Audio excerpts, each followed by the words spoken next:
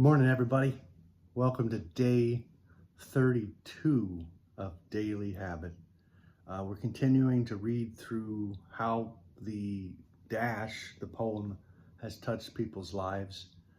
Today, we're reading by James R. Bowen, a medical doctor out of North, and then it says ND. Uplift those around you. Sorry about that, James Bowman. Dr. James Bowman, looks like. So let's go ahead and get started with this. And as a reminder, please subscribe. I really do appreciate it. I love your comments. I love your suggestions. I have put together playlists in the last 32 days thus far. I have 3 playlists. I kind of started out with a book called Holy Moments. And there's some days in there where I go through that. And then I went on to a book by Brad Stulberg, and it's about change, basically rugged flexibility, and that's a nice 10-day kind of period. It's a nice Cliff Notes version of that book. You can take a look at that. And then we are now, over the last 10 to 12 days, I've been going through a book called The Dash, but it's really centered around the poem that was written by Linda Ellis. So again, I really appreciate everybody tuning in. Make it a great day. This Saturday, this weekend. I hope that if you have plans, it's something fun. If it's a to-do list, I hope you get a lot of those things checked off. And I just honestly hope that everything's going great for you. And let's go ahead and get started. When I discovered the Dash, I knew intuitively that I held a rare and precious treasure, a great blessing in my hands, but that there were many in the world whose hearts and minds needed to be touched, uplifted, and healed by that message. I ordered 2 cases of the Dash, thinking at first they would make special gifts for special people. Then it began to work on me in a profound way, and I began giving them to everyone. Why? Because my own vision was uplifted and clarified, and I realized I didn't know anyone who was not a special person deserving of a special gift. I began giving them only to our sickest patients, then to all patients, the people in our complex, to everyone. I walked out to the mailbox outside as the mailman delivered our letters, and I gave him one. The response across the board was huge, ear-to-ear grins, and genuine gratitude before they had even opened the book to the first page. There is something electric in just handing the book to someone when they hold it in their hands. There is some subtle transfer of synergy that uplifts them. I love Emerson's quote, "One of the most beautiful compensations in life is that one can never help another without helping himself." That is what happened to me by sharing the Dash. You can't live a perfect day without doing something for someone who will never be able to repay you. Since that one was kind of short, we'll go ahead and read another one that's a little bit longer.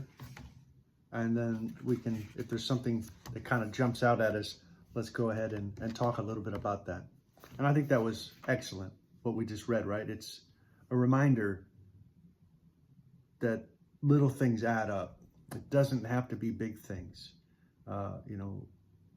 Basically acts of kindness, little acts of kindness, little steps, little things in the right positive direction. Attitude determines altitude, right? It helps people. So don't forget to reach out. Don't forget to say hello. Hey, how you doing? I suffer from that. I have what we call grumpy syndrome. Not good. Try to smile. Try to say hello. Try to show some interest. Don't be so inward. I know it's hard sometimes because we're disconnected in this modern world, right? We're more and more disconnected. We're more and more on these devices. You're watching it today. But how can you remind yourself to be human? To say hello, to just have interest. Hey, how you doing? Doesn't take a lot. I'm not saying I'm an expert at it. I suffer at it a lot. But practice makes perfect, they say. So don't give up. It really does help. reach out and touch someone.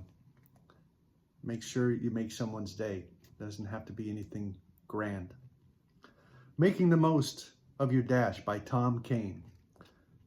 There is no happiness in having or in getting, but only in giving. Author Henry Drummond.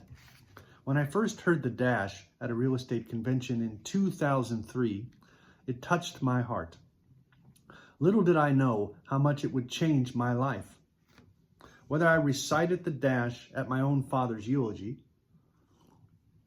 or at the end of every speech I make at a business conference, I realize that whatever you do for a living, it's more important what you are doing for your life and for others.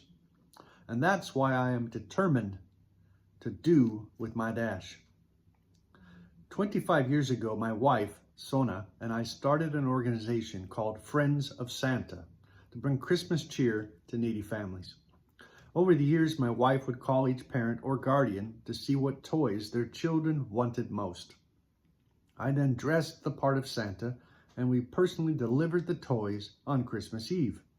I've heard from the children who I've played Santa to over the years, some telling me that it was the best memory of their childhood.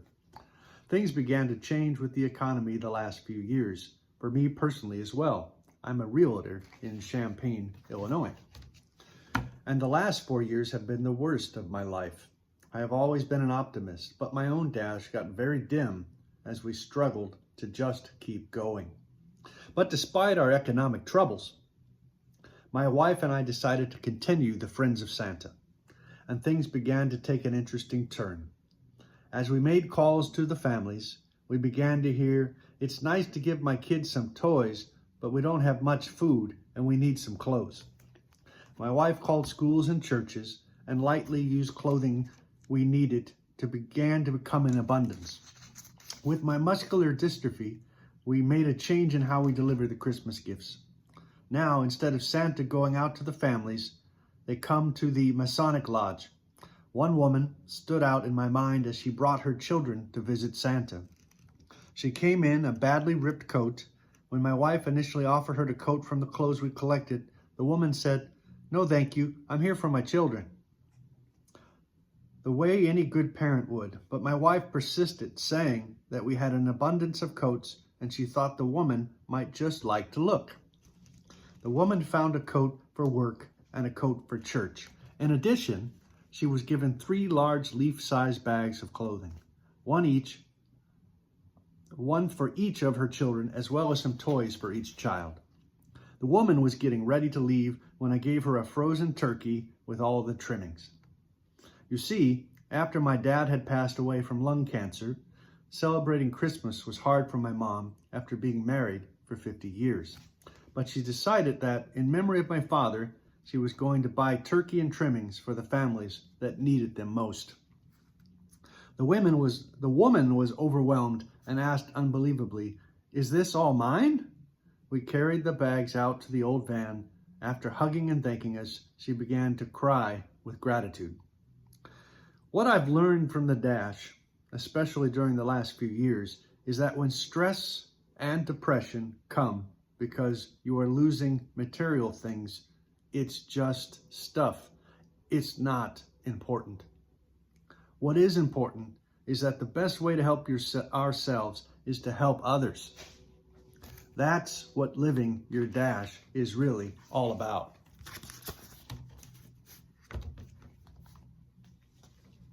Yeah, I think that's right. Each person has their own story to tell. What will your story be? What will my story be? Will we make changes in our lives that maybe we need to make? Will you make changes in your life that maybe you need to make? These sorts of books, these sorts of things, the Dash reminds us of that. Are there things we want to change? Are there things we could change? Are there things maybe we're resisting because we're afraid? We always have fear, right? It's a balance. Again, you have to take care of yourself in a way that you have shelter and food. There are basic minimum needs. We get that, right? And sometimes you are in a struggle. Life goes up, life goes down, life goes sideways. Just remind yourself, obviously, you're not in this alone. It's a big planet full of a lot of people. And what will you do with your time that you're given? Like I said, you don't have to be the one who solves hunger, but can you help in your own way? Don't give up. God's in your corner. Make it a great day. I hope that this reading made a lot of sense. It did to me. I hope wherever you're at, your day is going great. You have a wonderful weekend, and we'll talk again tomorrow. Thanks for tuning in. And if you haven't subscribed, please do. I appreciate it. This is new for me, day 32. And I appreciate the comments, any suggestions, things you'd like to hear, things you'd like to read, perhaps. Again, what I'm doing in this process is dusting off old corners of books that I've had laying around, reading through them, thinking about them, and talking about them. So thanks so much for tuning in again, and I'll see you tomorrow.